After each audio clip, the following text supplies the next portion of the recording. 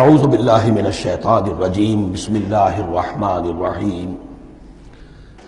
سورہ مبارکہ کے بارے میں خاص حدیث آپ کو سنانا چاہتا ہوں، اور اسی سے در حقیقت جو امام ابو حنیفہ کا موقف ہے رحمۃ اللہ علیہ، اس کی حقانیت مزید مبرہن ہو جائے گی۔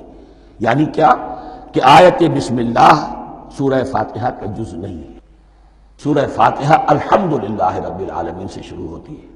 وہ میں آپ کو بتانا بھول گیا کہ جن کے نزدیک یہ سورت کا جز ہے وہ پھر جہری قرات میں بسم اللہ الرحمن بھی بلند آواز سے کہیں گے، اور جن کے نزدیک یہ سورہ فاتحہ کا جز نہیں ہے وہ نہیں کہیں گے، وہ الحمدللہ رب العالمین سے قرات کریں گے۔ تو کوئی فرق نہیں ہے بنیادی۔ یہ حدیث جو ہے یہ مسلم شریف میں ہے اور حدیث قدسی ہے۔ اس کے راوی حضرت ابو ہریرہ ہے رضی اللہ تعالی عنہ، اور اس حدیث نے اس سورت کے مضامین کا نہایت عمدہ تجزیہ کر دیا ہے۔ حدیث کے الفاظ سن لیجئے: قسمت الصلاۃ بینی و بین عبدی نصفین۔ اللہ تعالیٰ فرما رہے ہیں، حدیث قدسی ہے، میں نے نماز کو، صلاۃ کو اپنے اور اپنے بندے کے درمیان آدھا آدھا تقسیم کر لیا۔ فنصفها لی ونصفها لعبدی، اس کا نصف جو ہے وہ میرے لیے ہے اور نصف جو ہے وہ میرے بندے کے لیے ہے۔ وَلِعَبْدِي مَا سَأَلَ، اور جو میرے بندے نے مانگا میں اسے دوں گا، میرا وعدہ ہے یا میں نے اسے دیا۔ اس کے بعد اس کی تفصیل آتی ہے۔ اذا قال العبد، جب بندہ کہتا ہے الحمدللہ رب العالمین، قال اللہ حمدنی عبدی، جب بندہ کہتا ہے الحمدللہ رب العالمین، اللہ فرماتا ہے میرے بندے نے میری حمد کی۔ وَإِذَا قَالَ الرَّحْمَٰنُ الرَّحِيمُ قَالَ اللَّهُ اثْنَىٰ عَلَيَّ عَبْدِي، جب بندہ کہتا ہے الرحمن الرحیم، اللہ فرماتا ہے میرے بندے نے میری ثنا کی۔ وَإِذَا قَالَ مَالِكِ يَوْمِ الدِّينِ قَالَ اللَّهُ تَعَالَىٰ مَجَّدَنِي عَبْدِي، میرے بندے نے میری تمجید بیان کی، میری بزرگی بیان کی۔ اب یہ تین آیتیں ہو گئیں، تینوں میں اللہ کی حمد ہے، ثنا ہے، تمجید ہے۔ یہ تین آیتیں خالص اللہ کے لیے ہو گئی۔ اب چوتھی آیت آئی، ایاک نعبد و ایاک نستعین۔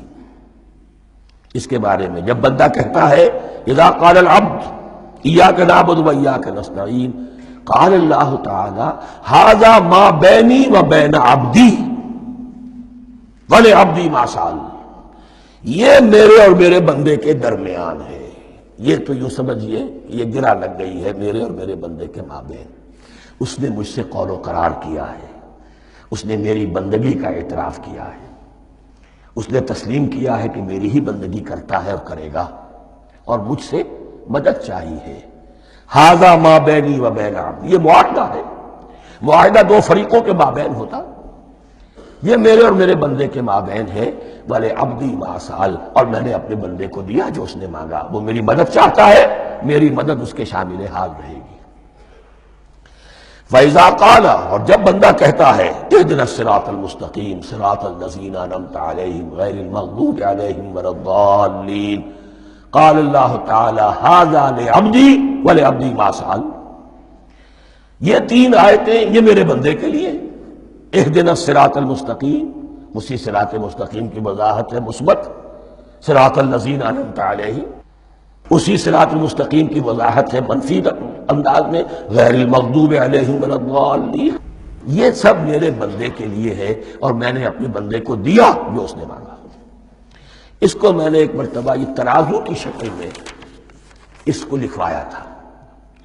دیکھیے یہ ایاک نعبد و ایاک نستعین، یہ ہے وہ ترازی کی وہ ڈنڈی۔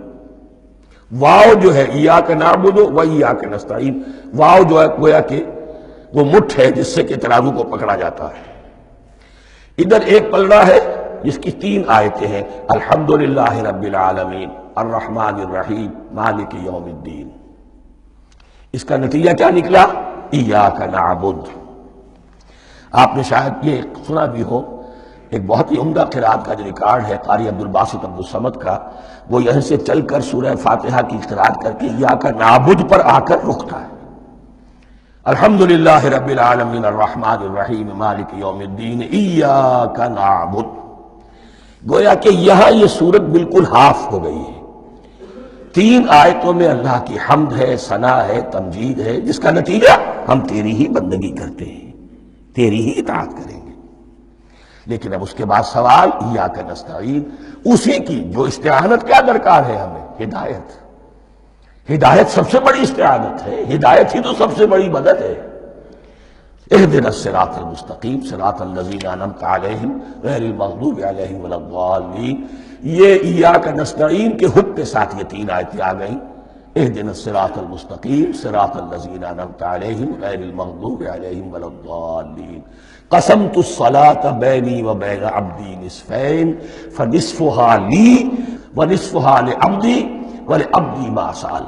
اللہ تعالیٰ اس سورہ فاتحہ کا جو اصل مفہوم ہے وہ بھی ہمارے ذہنوں پر، ہمارے شعور کی سطح پر اسے اجاگر کیے رکھے، ہمیں توفیق دے کہ جب بھی پڑھیں، جب بھی سنیں تو وہ کیفیت اگر ہو جائے۔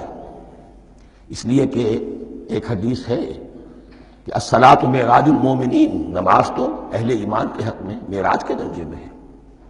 اس حوالے سے ہم یہ سمجھ سکتے ہیں کہ کوئی وقت ایسا آ سکتا ہے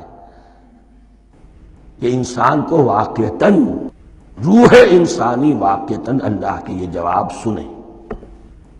انہونی بات نہیں ہے یہ، ہوتا ہے خطاب آخر، اٹھتا ہے حجاب آخر، کرتے ہیں خطاب آخر، یہ تو ہوتا ہے۔ مخاطبہ الہی، یہ تو میں نے عرض کیا کہ ثابت ہے، مخاطبہ، محادث اور تحدیث، اللہ بندوں سے کلام کرتا ہے۔ صدق اللہ العظیم۔